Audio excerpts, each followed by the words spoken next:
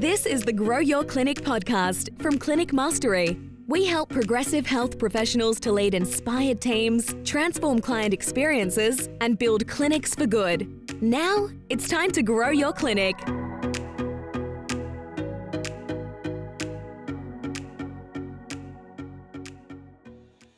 Welcome to the Grow Your Clinic podcast. My name is Ben Lynch. If you're a clinic owner and you feel like your to-do list is just ever expanding, there's even less time in your day and your week, and it's becoming all-consuming, overwhelming, perhaps leading to quite a lot of stress or anxiety, and you feel like you should be further along than you are, then this episode is for you. In this conversation with Andrew Daubney, who's a Clinic Mastery consultant and team member, he works with dozens of clinics, but he's also a clinic owner of a team of 30 in Sydney, Australia, over 2 locations with 4 disciplines. They are a multi-D team. Andrew shares some of the hardships and challenges of growing a clinic. Not that he's got it figured out.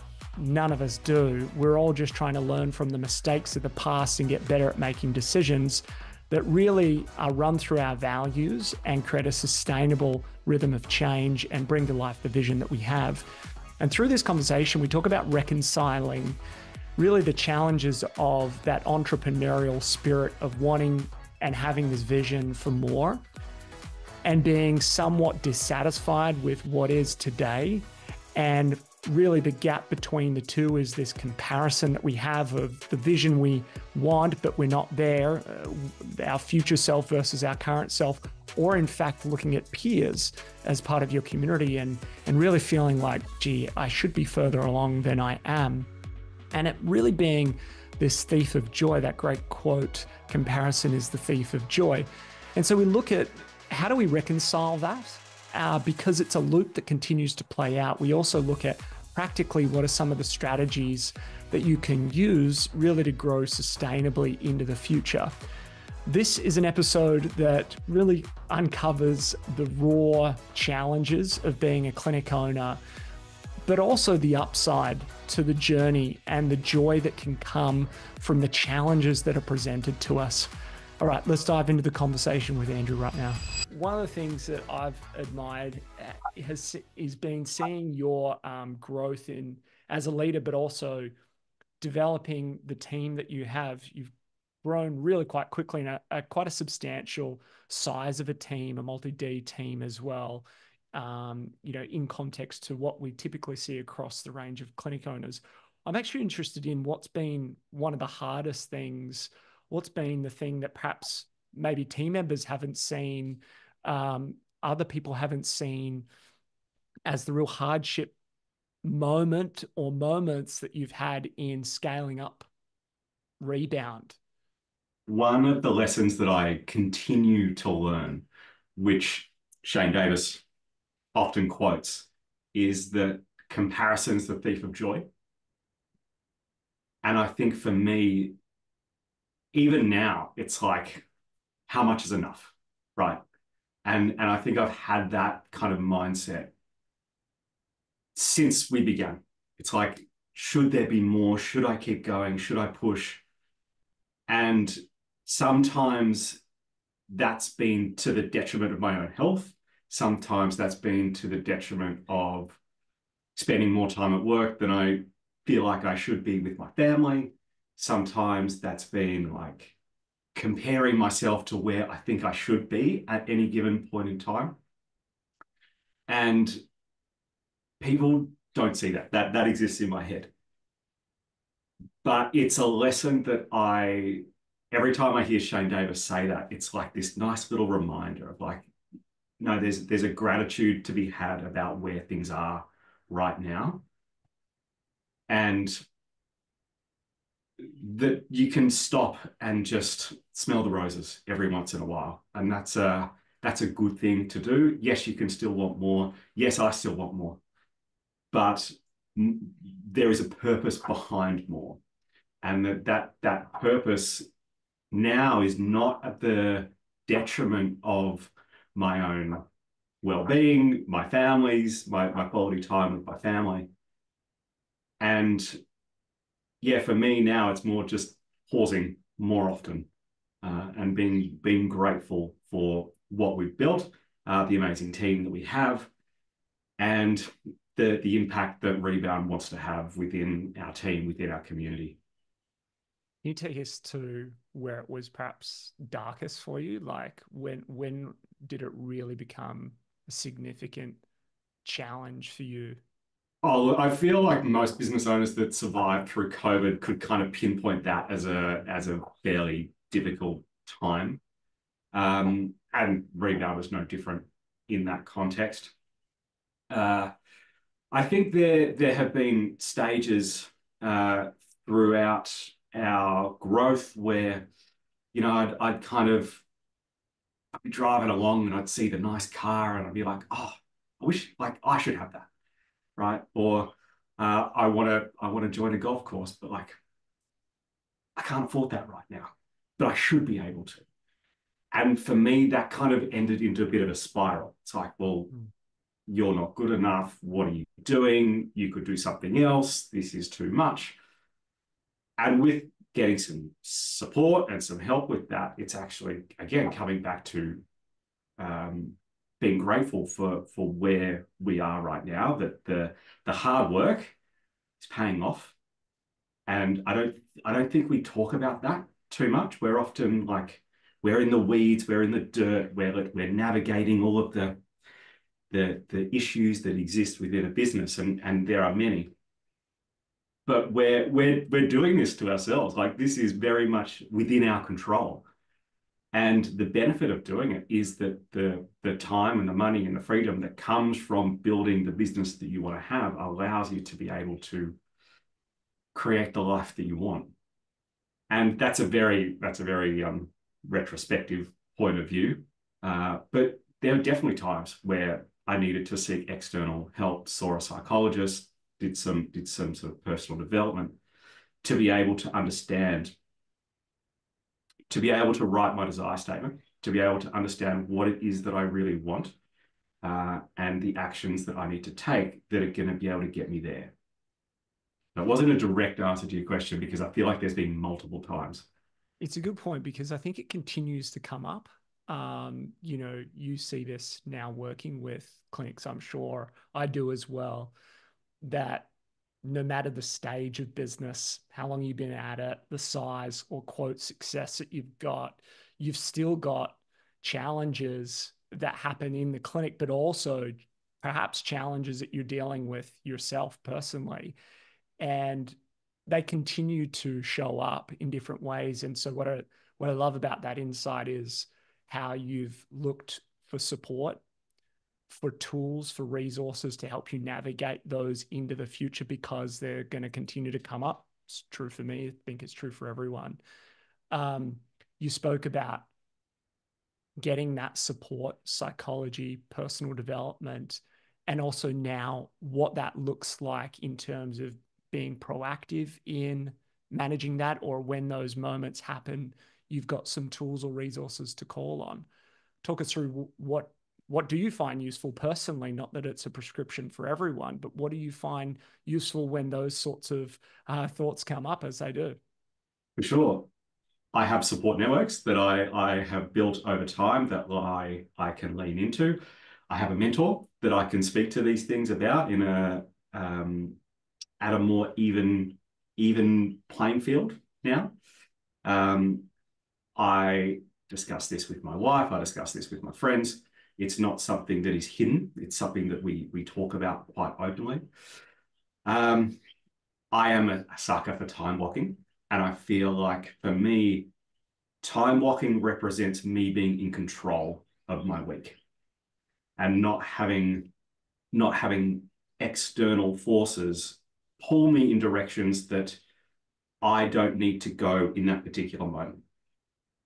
And I think that time blocking extends to obviously work, obviously mentoring, but playing golf, to spending time with the kids, to going to their soccer games on the weekend, to going to the gym in the mornings, right? It's not just the work that gets time blocked. It's actually a greater degree of my life. But for me, that means control, and means that I can when things are going through a stressful period, or a period where I need to, do longer hours, work harder, produce more, there are these time blocks in my calendar that can just help take the edge off some of those things. And I know that those stressful times, they are for a period, and that they are not forever. And so I can push for a period and then know that maybe coming out the other side of that there are some things that I can reward myself with, not necessarily like external rewards, but like reward myself with an afternoon off, or spending more time with the kids. And that just kind of helps me focus on right now and not sort of spiraling into this cycle of thinking that feels like it's forever. So when you pause, when you have your breaks, what does that look like? That sort of renewal time to in your regular rhythm, maybe in your week, or even sort of larger chunks. What do you like to do to be able to refresh and renew your batteries? I play golf. That is a refreshing time. So I think for me, there's two sides to that. One is the business renewal time, which is the ability to be able to spend some time away from the clinic, to zoom out and to be able to see, okay, where are we right now? What do we need to be able to progress to the next stage, and actually put a plan in place? Because I feel like for me, when that exists, that story exists in my head, and I just keep telling myself that story again and again of all the things that I need to do, it can become a bit overwhelming, and it can wake me up at 2 o'clock in the morning with all of the things. So I find useful just being able to spend some time away from the clinic, to be able, and that can just be an afternoon, to put all these things down, to understand when these things are going to get actioned, because not all of those things need to get actioned today. I can put a plan for the next 120 days, for the next year, for the next 3 years, and understand like when is the most appropriate time to be spending my energy working on these things that are going around in my head. So that's one. On the other side is like the looking after myself. And so, like I said, that can just be taking an afternoon off and spending it outside. I tend to find for me, being outside in the sunshine, it doesn't need a lot of time for me to feel more grounded again, which is why golf is so useful, because it is outdoors. It is. Except for when it's sideways rain and windy. Correct. And then you hate the game even more. Correct. Yes, it's a love-hate relationship. It's a love-hate. Where do you think most people get it wrong when it comes to time blocking? Because it seems to be a common thread with a lot of people that I speak with as to a thing they point to as a key reason they're able to get flow in their week or feel a sense of productivity. But where do you think people get it wrong? Maybe you've had some of those challenges in finding what works for you. I went through a stage of zero time blocking to time blocking every single moment. I think everyone goes through that. Every second is accounted for. Correct. And while I thought that was what time blocking, or what good time blocking was, I've come to appreciate white space in my diary. So my journey with time blocking, and I'd be curious to hear your perspective on this one as well, but when I time blocked every single thing, and you looked at my diary and there was not a spare half an hour in the diary, that didn't leave room for the fires. And so there was this battle in my head, and it caused stress about, well, it said that I should be looking at my dashboards right now, but actually this person needs my help. Oh, like, what do I do? And so where people can get time blocking wrong is feeling like they need to time block everything. And particularly as owners, like when we're going through a stage of growth and things are coming up for us as owners, if we've got some flexibility in our diary that we can we can put the fires out. We can come to our, urgent and important quadrant of our to-do list. That we've built contingencies in. It's dedicated time that we can allocate to those things. Such a good point, because I think so much of the stress comes out of expectation management. Maybe there's a better way to put it, but you expect, I'm going to have that time today to work on that thing, but something more urgent comes up, and then you get annoyed, stressed, frustrated, whatever it is, that didn't happen because you're like, I was meant to get to that today, but I got pulled away from it. Mm. And that can play out in a number of different ways. I've had recent podcasts with Kate Hawkes and Bid Linden, and we were talking about this in the context of parenting and starting or growing a family, where you're caregiving for the kids. They're quite young. They need a lot of time and attention. Routine is often very hard and unreliable. And so if you've got a lot of expectations around how your day or week is going to play out and it doesn't, you can feel this added stress, especially while things are new and fresh in a family. It's even more emotional. So I think so much of it is around that expectation, even to your point earlier when you're talking about, I should have had that car, or, I should be at this point by now, been in it. It's kind of, it's all about that kind of, well, I expected to be there and I'm not, in a way. Mm. I find this an interesting topic when talking with clinic owners, and you're alluding to it now, this sort of balance or dance between having that sort of entrepreneurial spirit of wanting to create things to push the frontier, reimagine healthcare, build bigger and better teams, better clinics, which, broadly you could say is doing more. And at the same time, being okay with what is right now, or being grateful, as you said. And actually that gap between the two is where you pointed out kind of the comparison game, and that can really thieve the joy or the experience of running a business and sap it out of you. And I think so much of my own experience has been just being cognizant of that voice of the expectation or the comparison. Mm. And just falling in love with the process of like, this is what I'm doing. I get to create every single day. And if it's always benchmarked against an outcome, how much money is made or how big a team is, or, some external validation like reviews or whatever, you always feel let down rather than focus. Those things are important as a feedback. I don't want to completely make it binary and discredit those elements. They're absolutely important. But if the reason for doing the thing is to get that thing, then it becomes a very tough game to play. And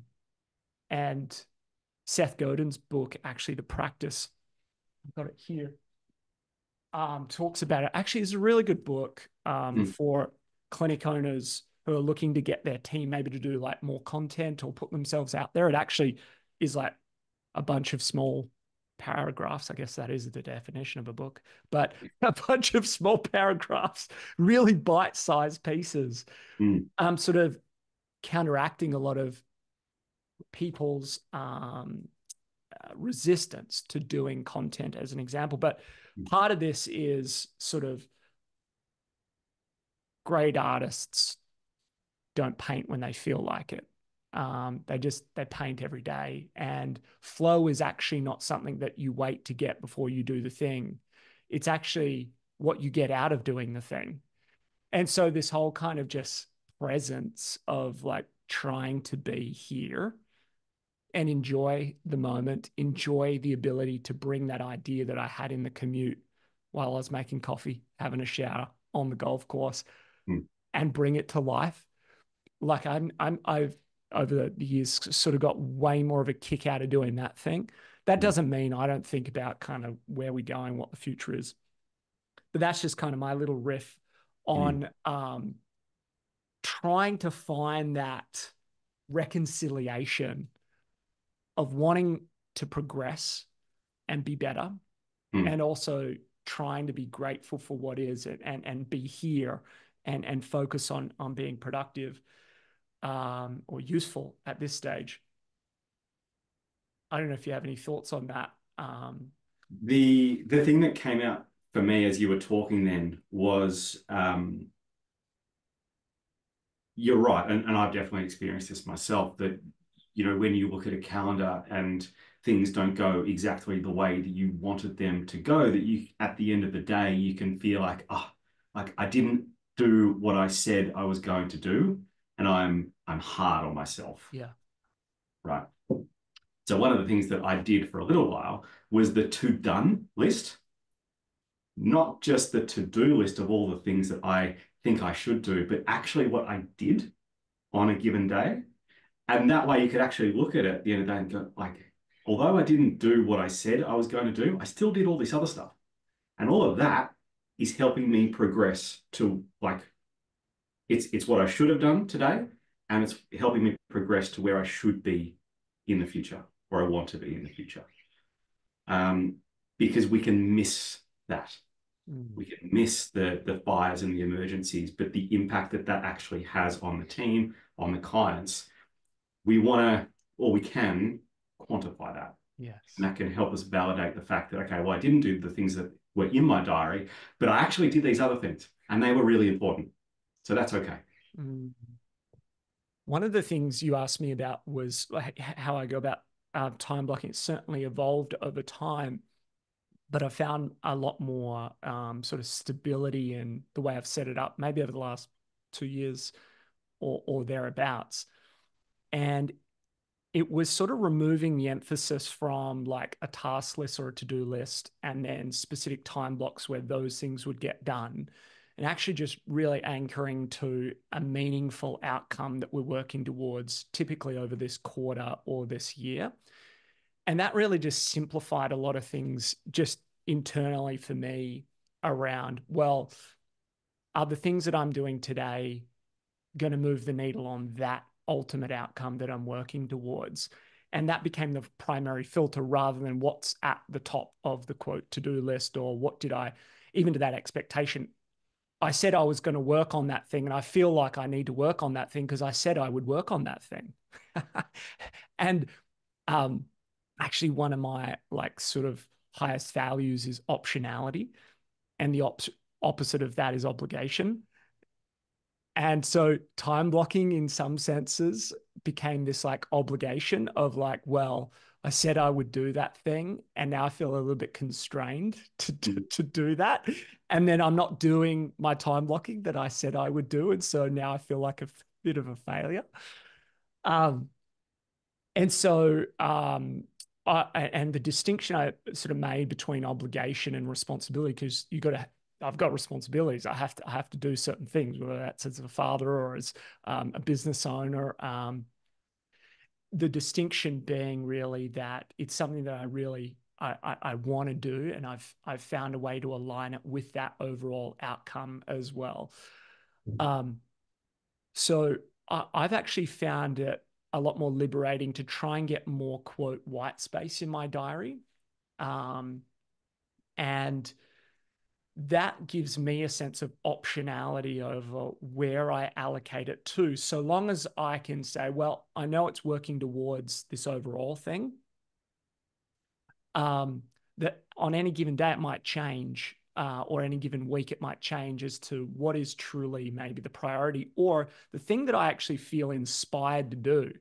Like there might be some sort of system or policy or procedure that's fairly like, I don't know, mundane or routine, very logical in doing that. I don't feel compelled to do that right now. I've actually got this much more creative thing that I want to work on that I think is going to add value to it. And so I feel good that I can choose that over this other, because that just feels like I'm in the sweet spot to do it right now. And I found that optionality for me has worked really well, while still being able to get the other thing done at a different time. And that sort of time preference of trying to remove a lot of things that are urgent as much as possible, And actually, so much of that has been really in the thinking about, is it really urgent? Rather than just taking on face value that, well, is that timeline of next Wednesday? Well, why? Why is it next Wednesday? Like, could it be the following Friday, or could it be the next month? Or heck, what if we didn't do it? Yeah. Like, what would be the result? And yeah, I tend to be a little bit more liberal these days in that if it's a big enough, and this is not for everyone, but if it is a big enough problem, someone's going to send me a second or a third email and tell me. Correct. Otherwise, I'm just reacting. I'm just not in a state as a entrepreneur, as a creator, to bring the future to life. That's really what we're trying to do, is like, I've got this idea or vision of what should be. I need to build it. And if I keep getting disrupted from that building time, then that future doesn't come to life. And I just kind of keep repeating today. Correct. But being able to get some of that time availability, depending on your circumstances, if you're consulting 60 hours a week, okay, there's a nuance to your narrative that's different to mine or yours or the next person. But there's some of the things around, I think, managing focus and energy as distinct from managing time that I've come to use more recently. I think you touched on a really important point there. And I appreciate that businesses and business owners are at different stages. Yeah. Where, to your original question about lessons that I've learned over time, it's the things that you say no to are just as, if not more important than the things that you say yes to. And you're right. Like, if it is urgent, someone will call you. Like, unless the building's on fire, you know what? Call the fire brigade. Don't call me, because I'm not going to be very useful. Yeah. There's not that many emergencies, like real emergencies. And to wait a day, a week, a month, to do it in your time, when you've got a clear head to be able to give that thing, whatever it is, the required amount of effort or thought, is where better things happen from retrospect.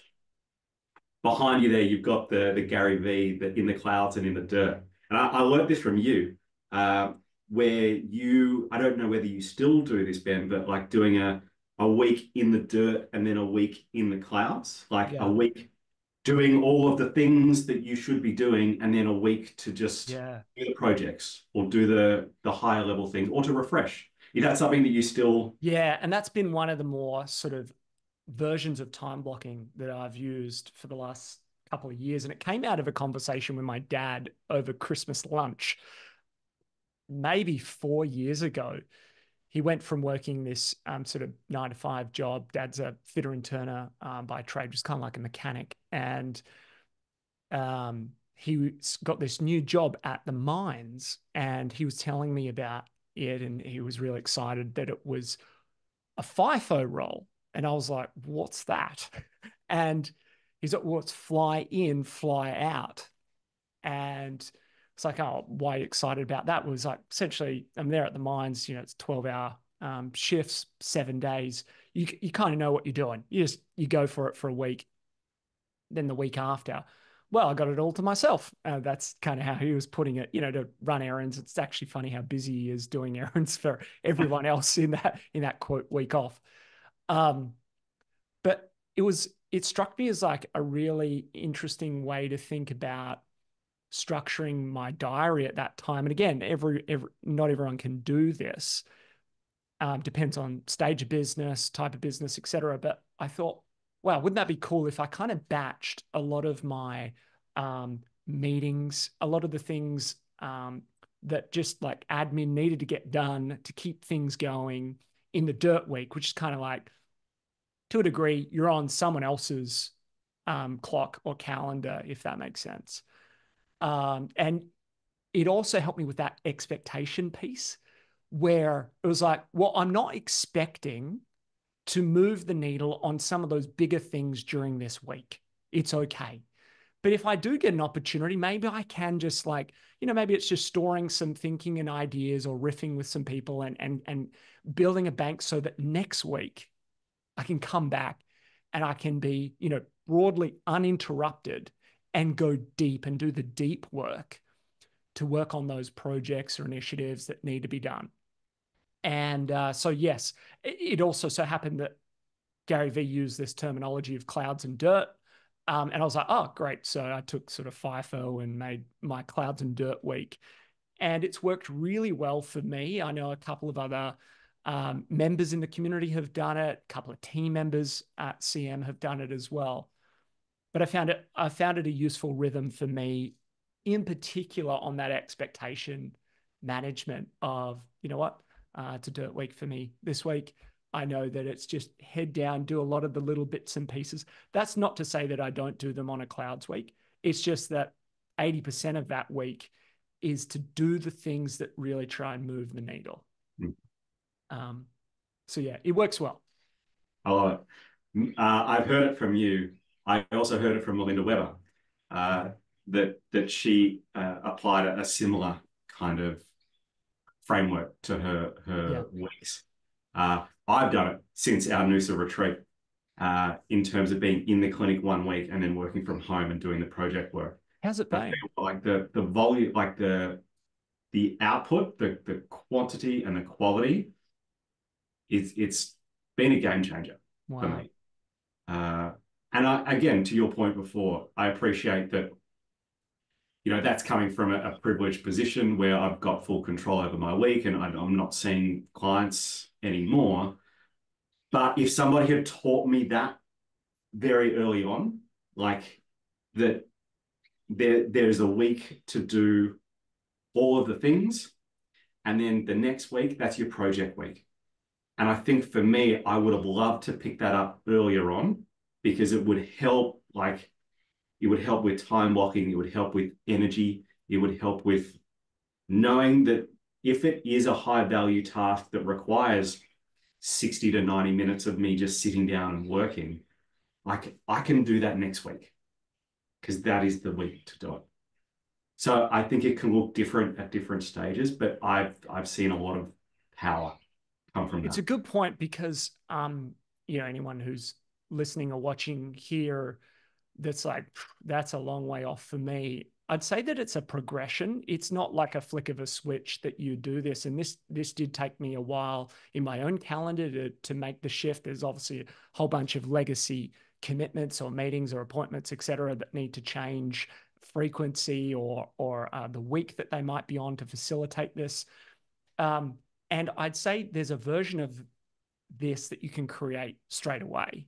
And that is just even adopting, a fortnightly rhythm like this if it resonates. And I always say to people when it comes to time blocking, if you hear someone talk about their time blocking, try it and see if it works for you. And keep iterating until you find a really nice, perhaps, mixture for yourself.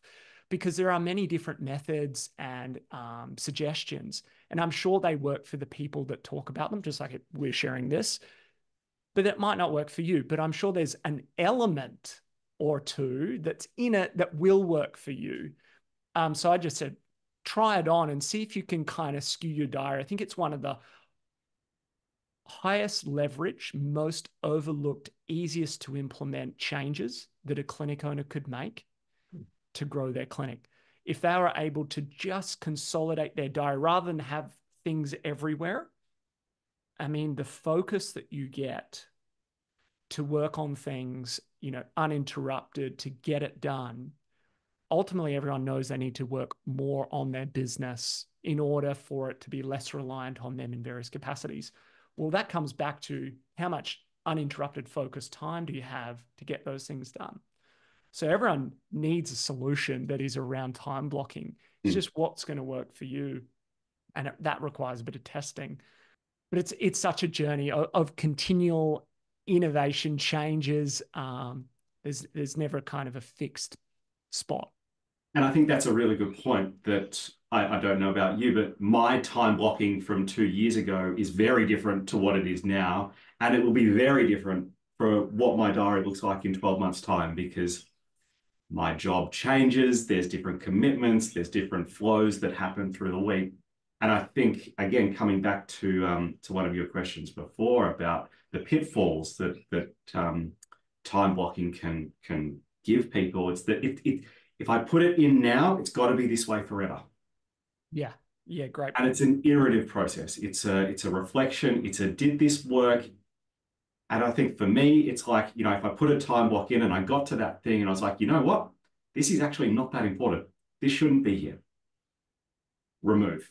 It's gone. And it's not like we need to set it and do this and commit to it forever. It's a great point. You mentioned it earlier, and just to build on it, is this sort of concept of seasonality, which is, for this season, and a season could be a couple of months, a year, a couple of years even, that it will suit a season, and then the business changes, you change, and so you need to adjust. The season needs to adjust how you operate. It reminded me of one of our mentors spoke about. He said, so tell me, what is the definition of strategy? Like, no one's ever asked. And the way to sort of put it was, really, it's the reasoning behind your allocation of resources to do a specific scope of work to achieve an outcome. And he said, well, each one of those words is very purposefully chosen and can be thought about and carefully designed. So the resources being time, money, and knowledge, kind of the key ones. And a lot of this comes from the teachings of Peter Drucker, who's known really as kind of the godfather of business strategy back sort of the 70s, 80s. A lot of derivative works have come from him, in the world of business and strategy. You can go and read some of those books. They're built for big businesses like Fortune 500, but you get some really good, like, first principle thinking about business and decision making. But the flow-on effect from that was, if it's essentially around, well, decision making, your reasoning behind how you allocate the people on your team, the money you have to work to achieve an outcome, then decision making is strategy, and how often you're making decisions, kind of like all the time. And for this, he said, well, really what's important is for you to be able to document a lot of the decisions you're making and the thinking that you have around those decisions, so that you can communicate clearly to the team, so that you can always anchor back to, well, why did we make this decision? How did we come to this decision? And I raise that because if one of those key elements is the allocation of resources, and one of those resources being time, then actually it's very strategic, very purposeful for you to think about, how are you allocating your time toward an outcome or a scope of work, a project initiative, to achieve an outcome in your business. Mm. And so it's actually a really important thing to go and think about, is maybe even starting from that outcome and working backwards to, well, how would I allocate my time? I was having a conversation yesterday with a clinic that is like, okay, we believe the biggest opportunity for us in Lever is recruitment. Got a lot of certainty in the client flow that we've got. There's a wait list. We just need to recruit 4 to 5 therapists. That's kind of the key thing. I said, great. Well, what does that look like from an investment standpoint? What's your budget and allocation of people or time to that? And they said, oh, we haven't thought about that. But that was the number one goal. But at least they had clarity on that goal. It was like, well, then your time blocking, to a degree, your investment in your budget, does that actually reflect the outcome you're trying to achieve? I think a lot of people actually look at their to-do list or project list and say, I want to do all of these things, implement these changes or systems, because I kind of just want to do it. And to that point almost of comparison, like, I've heard other people do this, or other people have said it's a good idea to do, so I want to do it. It's on my list. Haven't got to it yet, but I want to do it. And they kind of focus on this scope of work rather than what's the outcome. And so just connecting a few dots there that when you're so busy, quote unquote, you don't actually get the time to think. And it's actually the time to think that can be really useful in making better decisions, being more strategic, in how you shape your week and what you do with the resources you have. It reminds me, we had the quote on the huddle, the CM huddle yesterday, which was, I'm going to butcher it, and I forget who it's from, but it's that old adage of two folks tasked with cutting down the tree. Within the next 8 hours, one of them decides to sharpen their axe for the first 6 and then come back and cut it down way quicker. I think everyone knows inherently it'd be great if I had more time, but then they don't make it. They don't allocate it. Yeah, they don't allocate the time. That's part of that's the kind of the first part of their strategy to growing. So just to connect a few dots there, I think that is one of the, going back to it, one of the sort of highest leverage, most important practical applications that someone could do right away. On that note, what are some of the things that you're seeing? Because you get to see inside a lot of businesses, a lot of clinics now, especially in those startup phases, clinics that are just getting started. Maybe they've got their first 1 to 2 to 3 practitioners. What are some of the key challenges that you're seeing in those clinics that is maybe quite characteristic of just being at that stage of business? I think we touched on a couple of those in this conversation so far. The saying yes to everything without thinking it through, without thinking, how does this fit into my 120-day plan, my 12-month plan? Am I saying yes to this because it's going to allow me to not do something else that I know that I should be doing, but I really don't want to do right now because it's not as fun as this shiny new thing? What's some examples of that you see? Like it can be doing, I was going to say like a podcast, right? But I don't mean this podcast. I mean, like if you're asked to do something that is for the betterment of somebody else, it's going to grow their business, and there's no direct impact that's going to have on you. I'm not saying don't do that, but I'm just saying, like, is tomorrow the best time to do that for you? Or is there a way that you can sort of put that into your diary at a time that is more suitable to your workflow rather than somebody else's? It's a great point, because the first thing that I jumped to was, a version of like partnering with everybody in your community. And those things definitely take time, but there's this sense of urgency that often comes with it, and it's not clear what they're going to get out of it. That's not to say don't do partnerships and networking, but be a bit more purposeful is what you're saying.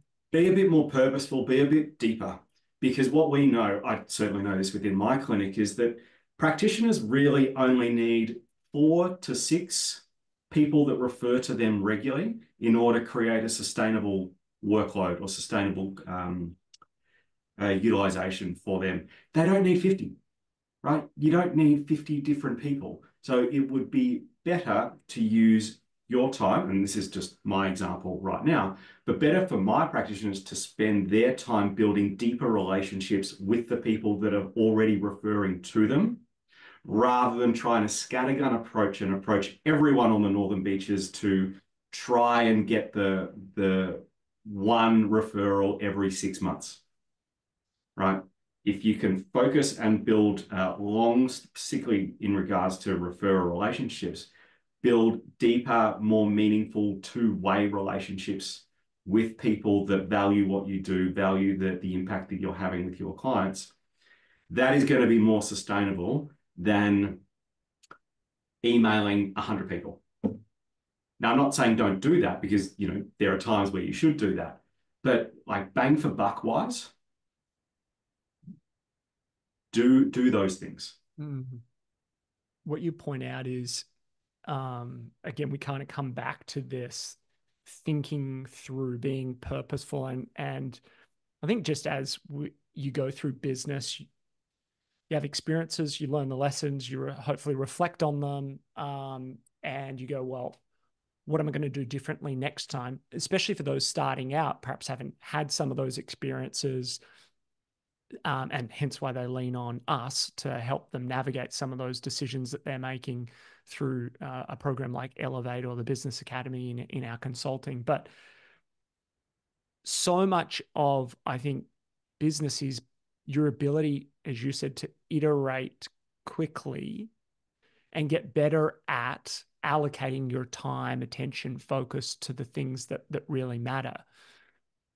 What I take from what you said there is almost a version of constraining the question or constraining the thinking to, well, if we only ever need 4 to 6 quality referrals, and these are the ideal clients that we work with, who would fit that sort of criteria or characteristic? And maybe we go a little bit deeper on that analysis and go, okay, well, we think these would be actually the ideal folks to work with. And let's actually work, try and strike the relationships there and build on them there. How have you gone about making better decisions as a business owner yourself as you navigate new stages of business, growing the team, adding new sites and locations? How do you purposefully go about the decision-making process now to give yourself greater conviction and confidence that you're putting more of the odds in your favor?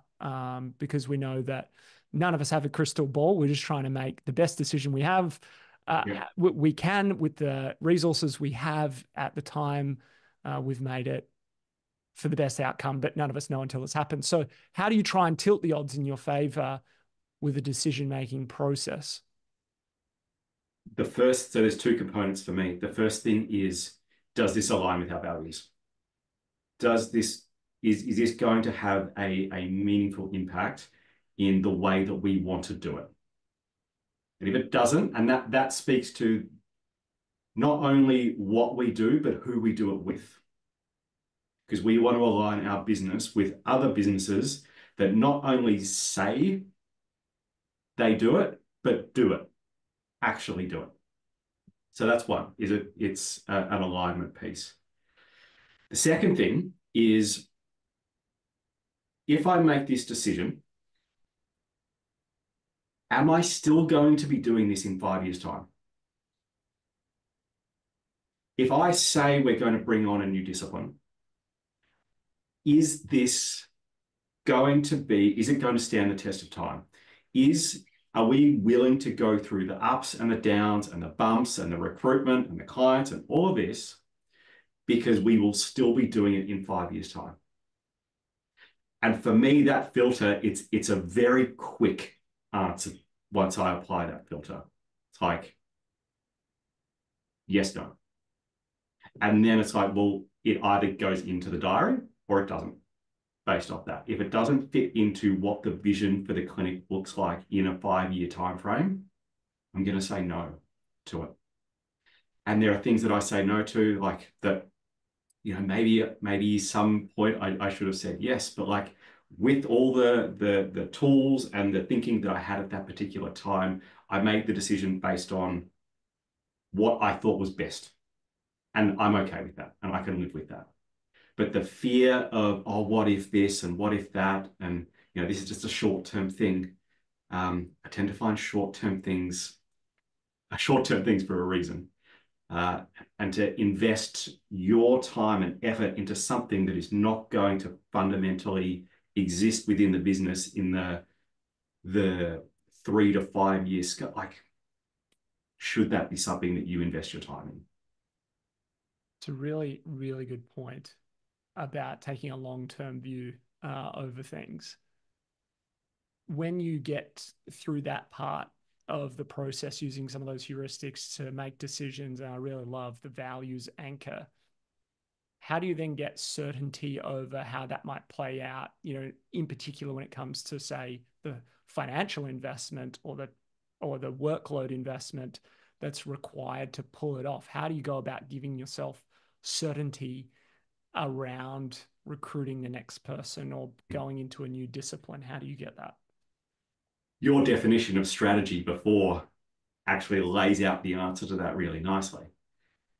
If I'm going to recruit another person, or I'm going to introduce a new discipline, or I'm going to do, offer a new service to the clinic, strategy is about understanding the resources that are required to achieve the outcome that you are aiming to achieve.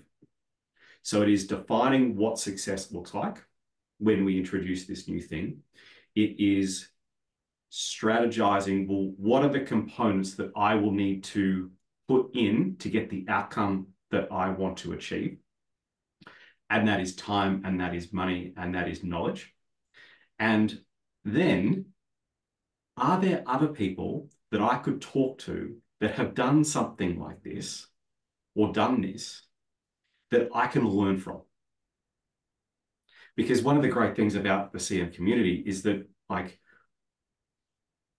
we will share our experiences when things have gone really well, but also when, you know what, there were some learnings, and I would probably do it differently next time. Yeah. And I think if you can align yourself with people that are willing to share these experiences, or reach out to them and say, hey, I'm thinking about doing this. I saw you've done it. Could you like give me some pointers? That's a great way to, on that next level of going, like, I think this is a good idea. I kind of know what I should be doing to get the outcome, but if I could get a little bit of a head start, or if I could prevent myself from, or understand what the challenges are going to be as I roll this thing out by learning from other people that have done it, I think that's a pretty useful thing to be able to reach into. I love that, being able to lean on others. It just helps you work out where to focus your time and your effort, and things to avoid along the way. We certainly found it really useful to have an external opinion, also to call you out on some of the BS or things that you're telling yourself that just maybe aren't worth doing. So I like that. As hard as it is to hear, the humility pill is hard to swallow, but it's definitely needed to keep going in business. Daubs, we've covered quite a lot, from time blocking to being very purposeful of using your values, some of the challenges, riding the waves of different stages of business. As we put a bow on this episode, are there some kind of principles that you use, regularly, that you kind of anchor back to, whether it's a quote, a couple of principles, an exercise like journaling? Like what's like, if I was to kind of follow you around creepily and see what makes Daubs work so well, apart from steady flow of coffee, what would I see you kind of doing as a key anchor point to, navigating all the different ups and downs of business? Got probably a few answers to that question. One answer is to surround myself with amazing people, not only within Rebound, but also like with my mentor, with people in the community that I know that I can reach out to, who have got more experience in a particular thing than I do. I think, building that network, that trusted advisor network, is such a powerful thing for not only the good times, but also for the when things aren't going the way that you thought they were going to go kind of times. I think that's really important. There is one quote that is on my screensaver on my laptop, and I first heard this quote at the very first Noosa retreat that I went to. And it was one of those things that, I don't know if you've had this, but it was like, I know exactly where and when I heard this quote, and it just like stuck with me that was 5 years ago. It's a John Maxwell quote. The signature of excellence is relentless consistency. And that, for me, every time I see that, I see it on my screensaver every time I open my computer. It's like, do the things. Like, nobody's going to do them for you. Consistency is not doing it for a week or a month or a year. It's a decade. Yeah. And that, like, yes, there are some wins. Yes, there are some some times where it's a bit more difficult, but most of the time you're kind of hovering in this middle zone. But it's like, coming back to the points that we've made about time blocking, it's what are some little things that I can do today that are going to move the needle to where I want it to get to? That's consistency. And it's the consistency that I think, for me personally, but also for the mentors or the mentees that I'm lucky to work with, when you see consistent effort put in, you see results long term. So wise, Gandalf. That is really, really awesome.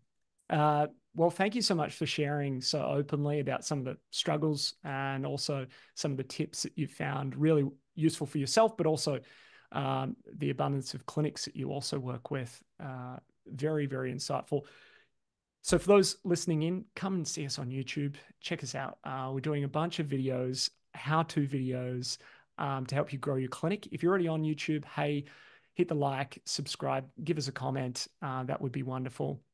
All the show notes are over at clinicmastery.com, and we'll see you on another episode of the Grow Your Clinic podcast very soon. Bye for now.